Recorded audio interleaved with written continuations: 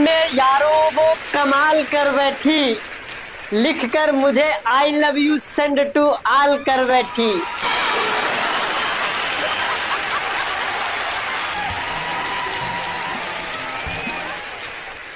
इश्क की आग में खाक न हो जाओ, इनबॉक्स में इतना ही घुसो कि ब्लॉक न हो जाओ।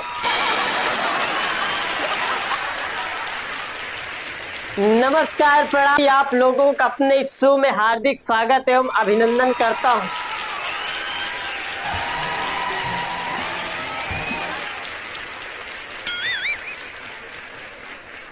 भाई साहब, पहले मैं प्राइवेट डॉक्टर हुआ करता था, अब डॉक्टर नहीं हूँ, शायर भी हूँ। हालांकि शायर मैं डॉक्टर होने से पहले भी था, बीच में डॉक्टर हो गया था। और जब मैं डॉक्टर था तो जब मरीजों को दवाइयाँ देता था तो मैं अपने उसी शायराना अंदाज में ही देता था। और मैं बता रहा हूँ आपको कि मैं अपने किस अंदाज में दवा देता था मरीजों को अपने। दिल लगा के मोहब्बत में धमाल करें, इस सिरप को हिला करके इस्तेमाल करें।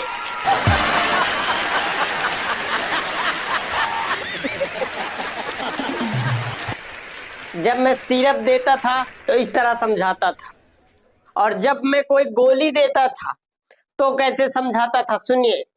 दिल मेरा टूट गया उठी जब उसकी डोली, आपको खाना है सुबह दोपहर शाम एक एक गोली।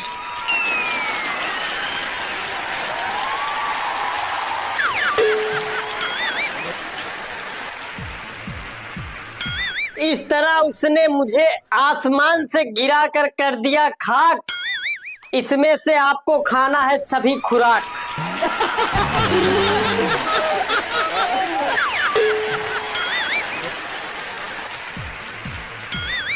और जब दवाइयों को लेकर के सावधानियां बतानी थी, किससे किससे दूर रखना है, तो कुछ इस तरह से बताते थे।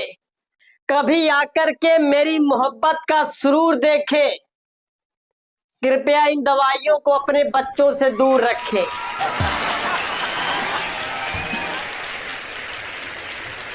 और जब मुझे क्लिनिक के बारे में बताना होता था कि कब खुलेगा और कब बंद रहेगा, तो कुछ इस तरीके से बताता था कि दिल मेरा इश्क करने पर रजामंद होगा, शनिवार और इतवार को मेरा क्लिनिक बंद होगा।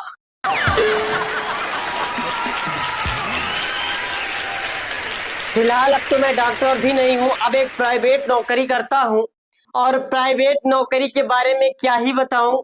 जब अपने घर से ऑफिस पहुंचता हूं और ऑफिस पहुंचकर बैग से laptop, charger, headphone, USB cable, mouse निकाल के टेबल पे रखता हूं, कसम से बता रहा हूं, मदारी वाली फीलिंग्स आती। अच्छा, प्राइवेट जॉब करने वाले जितने भी लोग हैं, ये जब ऑफिस में जलील होते हैं तो इनके मन में एक ख्याल जरूर आता है कि यार ये नौकरी करने से अच्छा है कि गोलगप्पे का ठेला ही लगा लूं।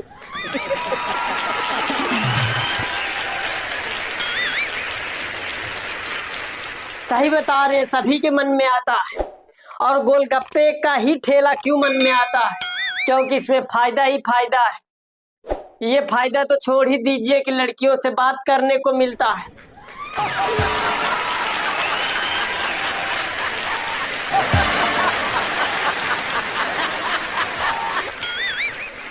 इसके अलावा भी बहुत फायदे। गोलगप्पे बनाते वक्त अगर गोलगप्पा फूल गया तब तो वो गोलगप्पा हो गया, अगर नहीं भी फूला तो पापड़ी तैयार है।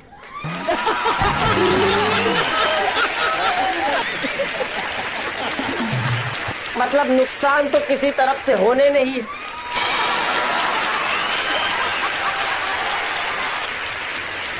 अच्छा, एक बात और है, प्राइवेट जॉब करने वाले बेचारे जितने होते हैं, ये शादियां पार्टियों में इनका पहुंचना उतना ही मुश्किल होता है जितना कि पुरानी फिल्मों में गवाह को कोर्ट तक पहुंचने में होता था।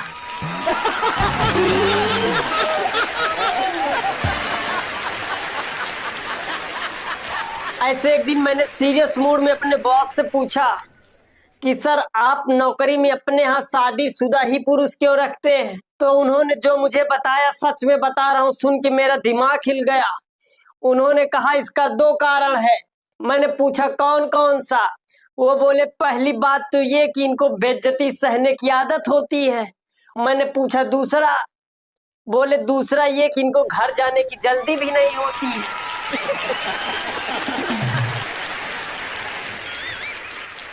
अच्छा, प्राइवेट नौकरी वाले नौकरी छोड़ भी नहीं सकते हैं, क्योंकि कहा जाता है कि नौकरी और छोकरी तभी छोड़ी जाती है जब दूसरी हाथ में हो तब।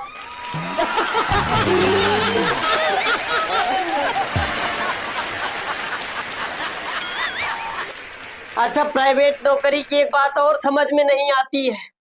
अगर मैनेजर से बोलो सैलरी बढ़ाने के लिए तो बोलेंगे तुम काम ही क्या करते हो, और अगर इनसे छुट्टी मांग लो तो बोलेंगे तुम्हारे हिस्से का काम कौन करेगा।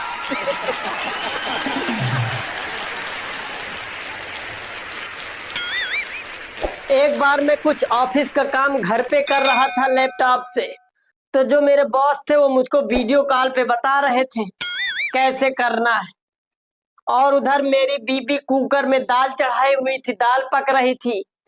वो कहीं से आई, मुझसे पूछ रही कुकर में कितनी सीटी आई। मैंने बोला कि मैं काम कर रहा हूं, मैं ध्यान नहीं दिया।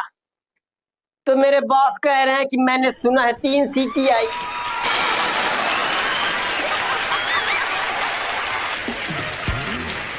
साला एक हेडेक और रहता, अगर घर पे काम करो तो बॉस की तुमसे ज्यादा तुम्हारी बीवी पे नजर रहती है।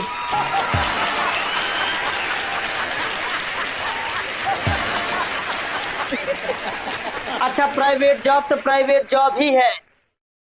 प्राइवेट स्कूल वालों का तो एक अलग ही चोचला है। इनके यहाँ ही सब कुछ आपको लेना पड़ेगा, सब कुछ मिल जाता है, चाहे वो जूता हो, चाहे बेल्ट हो, चाहे स्कूल यूनिफॉर्म हो, चाहे बैग हो, चाहे कॉपी किताब हो।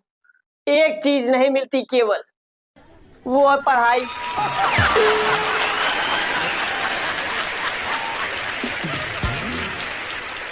आपको बाहर कोचिंग लगवाना पड़ेगा अपने बच्चों का।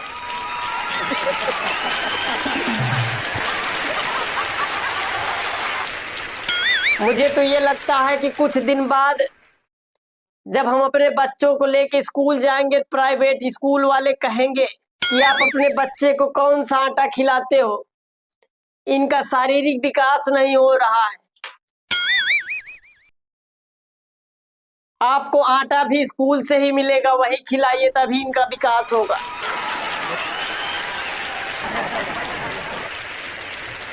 अच्छा, एक मेरा बेटा है, बहुत ही ज्यादा शरारती है, क्या बताऊं।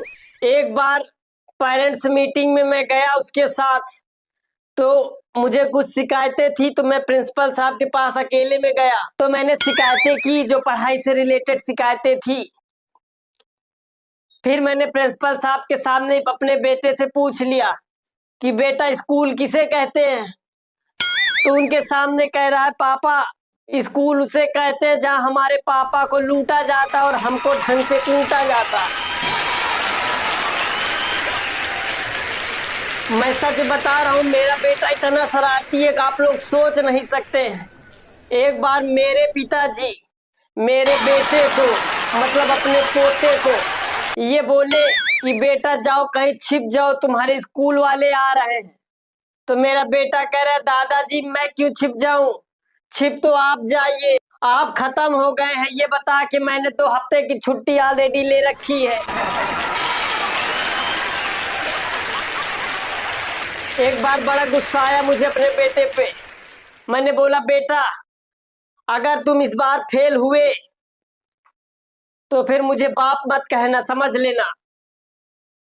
तो जैसे ही रिजल्ट आया, घर आया लेके रिजल्ट, तो मैं पूछा बेटा क्या हुआ, तो मेरा नाम है मदन लाल। तो वो कह रहा है मदन लाल तुमने बाप होने का अधिकार खो दिया है।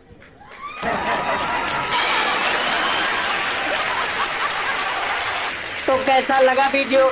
अगर अच्छा लगा हो तो कमेंट बॉक्स में कमेंट करके जरूर बताइएगा, और अपने दोस्तों तक शेयर करना बिल्कुल मत भूलिएगा। अगर चैनल पे नए हैं तो चैनल को सब्सक्राइब कर लीजिएगा। मिलते हैं एक नए वीडियो में, तब तक के लिए जय हिंद।